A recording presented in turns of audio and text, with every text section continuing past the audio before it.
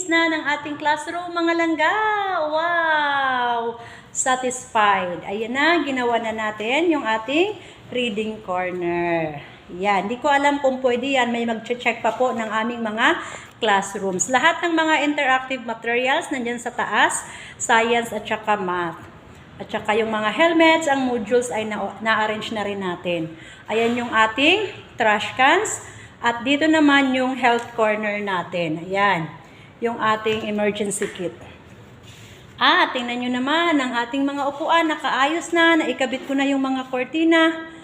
Yan, perfect na siya. Ang ating teacher's table, very nice na.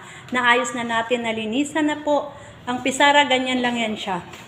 Okay, so yan po mga langga. Thank you very much po.